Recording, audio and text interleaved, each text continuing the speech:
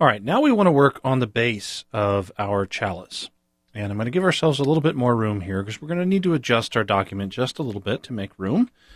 I'm going to fill the screen with our dock, zoom out a little bit, and see that we're ultimately going to end up with a rectangular object, and we're working on a square canvas. So I'm going to change the source canvas now to make it a little bit taller. Just give us some more room. We'll come up to the image canvas size. Don't choose image size. Choose canvas size. And this is, very imprecise. I'm going to basically bump it up to about 12 inches. Make it half again as tall as it is now. And I'll anchor the current contents to the top center. Click OK. Now we have enough room to bring our much more complicated base into play on the road towards setting up our final image. Because we've done all of this work and taken all these many steps to create a mesh from a cylinder, to go into that cylinder's embedded grayscale file, make it actually grayscale, then make it 16-bit, I don't want to go through all those steps again. It'll be much easier to just duplicate this layer and work from the copy because it will have all of those steps already done. Before we do that, I want to make sure we've selected our layer, and I want to reset the camera. It gets to be very important as you work with objects that are comprised of numerous layers that you don't end up with different camera coordinate systems for those elements if you, in fact, want those elements to eventually behave as a single element. It can just get very, very confusing. So with the reset camera, we know we're back into a neutral, repeatable space that we can get back to.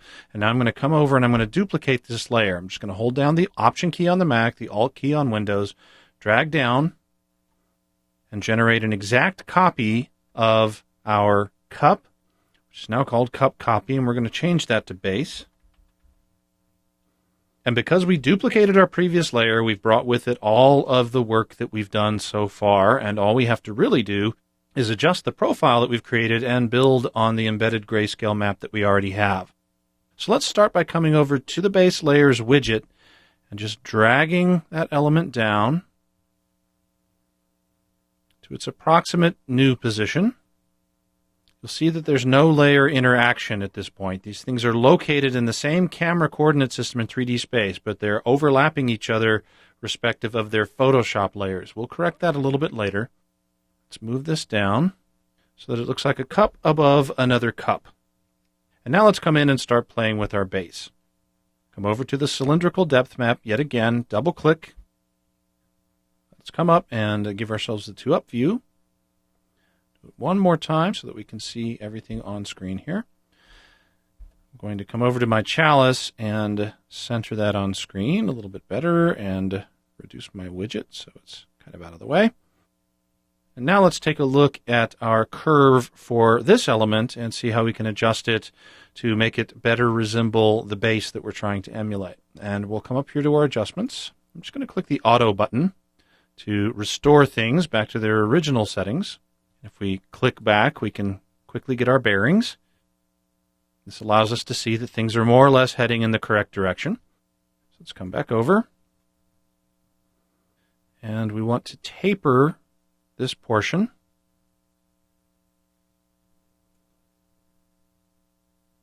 We want a pretty gentle taper to start with. We want a thinner stem than what we have at the top portion because we're going to combine a few layers in a way that will eventually fatten this up. So let's not go all the way to white for that exact reason. I'm going to bring this down to just under 80% of white. Let's try to create a shape that looks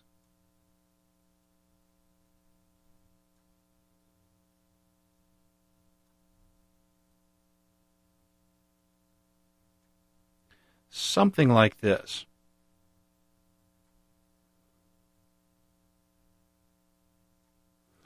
You'll notice if you look back at our source that the profile comes down and then there's this little bump and then there's this ridge at the bottom. We're not going to be able to replicate all of the detail in the base of this chalice, at least not within the scope of this lesson, but we can at least accommodate that basic shape. And that's what we're trying to draw right now. Pop back over to Photoshop.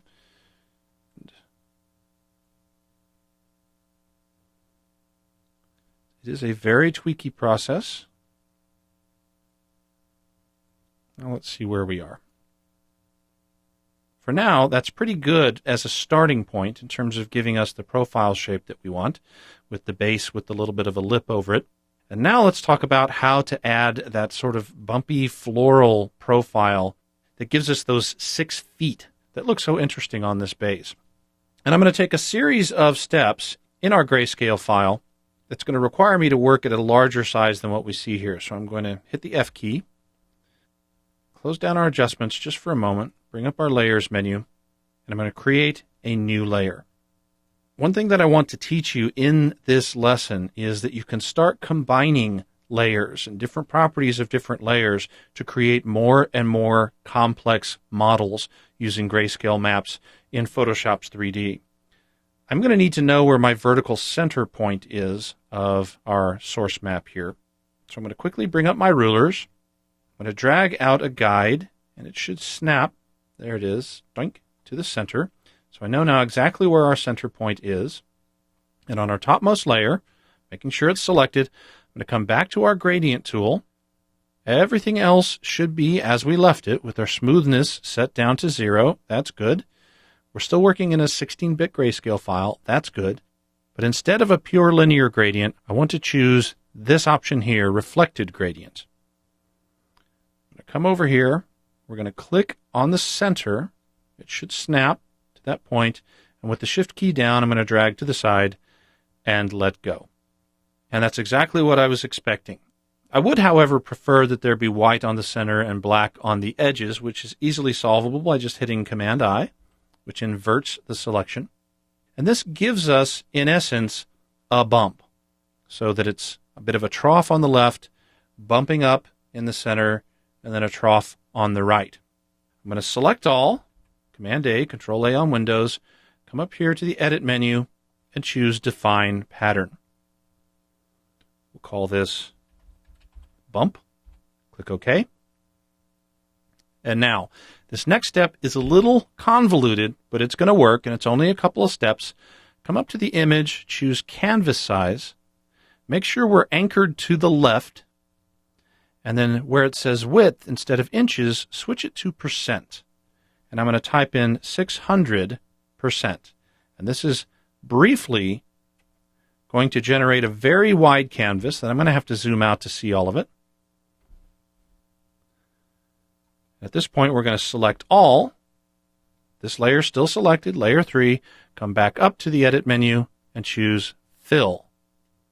We want to use the pattern that we just created, the 16-bit, you can see the little 16 there, bump pattern. Click OK. And now we've generated 6 iterations of the bump that we just made.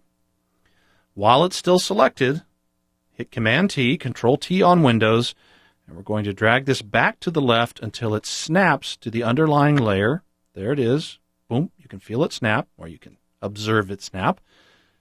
Hit the Return key to accept it, and with it still selected, come up to the Image menu and choose Crop. Zoom back in a few clicks, pan over, and you can see that we've created this series of ridges or bumps that we're now going to combine with the underlying shape that we just created. Let me grab a selection tool and click off. Come back over to our Layers menu. This isn't going to be completely successful yet, but if we just take our opacity down to about 20%, you'll remember that we set our maximum bright level in our Curves command down here to about 80%. That leaves us enough room to play and not get any clipping. Click off that. Now you can see the resulting Grayscale file. And if I Control-Tab over to our original, let's see the results on our base. Very interesting. Okay, so we're getting closer. It's not as round as it needs to be. Our base actually needs to be rounded. This ends up being a little bit more pointed. And we certainly don't want it to be this crinkly up near the top. We want this effect to disappear as it tapers into the vertical portion of the stem. So I'm going to Control-Tab back over to our Grayscale map.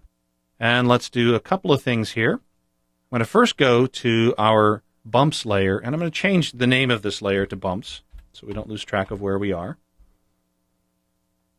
The bottommost layer I'll call profile.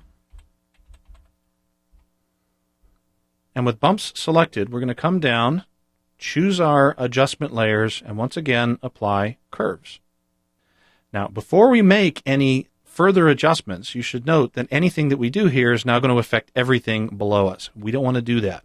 We only want to affect the bumps layer directly below us. So if we look at our layers menu, hold down the Option key on the Mac, Alt on Windows, we can confine this effect to the layer below.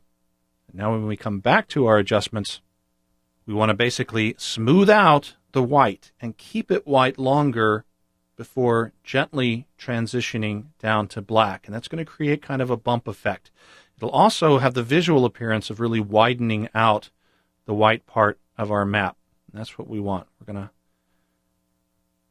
crank this until it's a shape that looks something like this.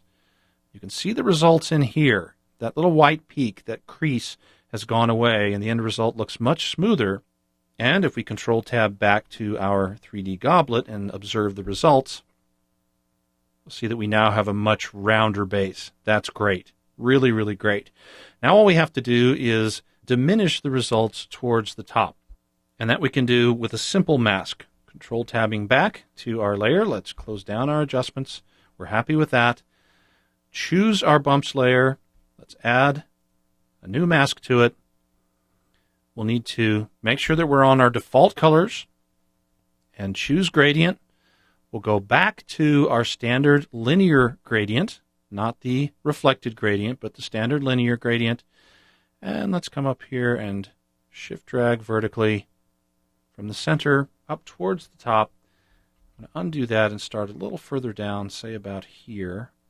Shift drag towards the top. And that's going to gently fade out our results. I think we're going to be pretty close now. And we are, or at least we're getting there.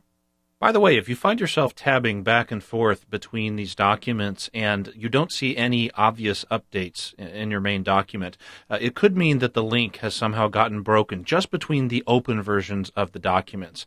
If you find this happens, just Control-Tab back to your open bump document, close it, and then go back into your main document and relaunch it again, and everything should link up just fine. Anyway, I'm going to need to fatten up the center here now. In fact, we should fatten up the entire base. So let's grab our object tool for the base. Let's scale the whole thing up till the bottom of the base is approximately the size we want it to be, which is about there. Let's reduce the height to about there. And let's move the base down. There we go. And now we know any further adjustments that we make are going to pass through to a properly scaled version of our destination. So once again, Control-Tab back over, come back to this curves, open up our adjustments, and essentially what we want to do is fatten up the center pipe, which we can do by just moving this portion of the curve out. You may have to fiddle with this a little bit until you get the results exactly the way you want them.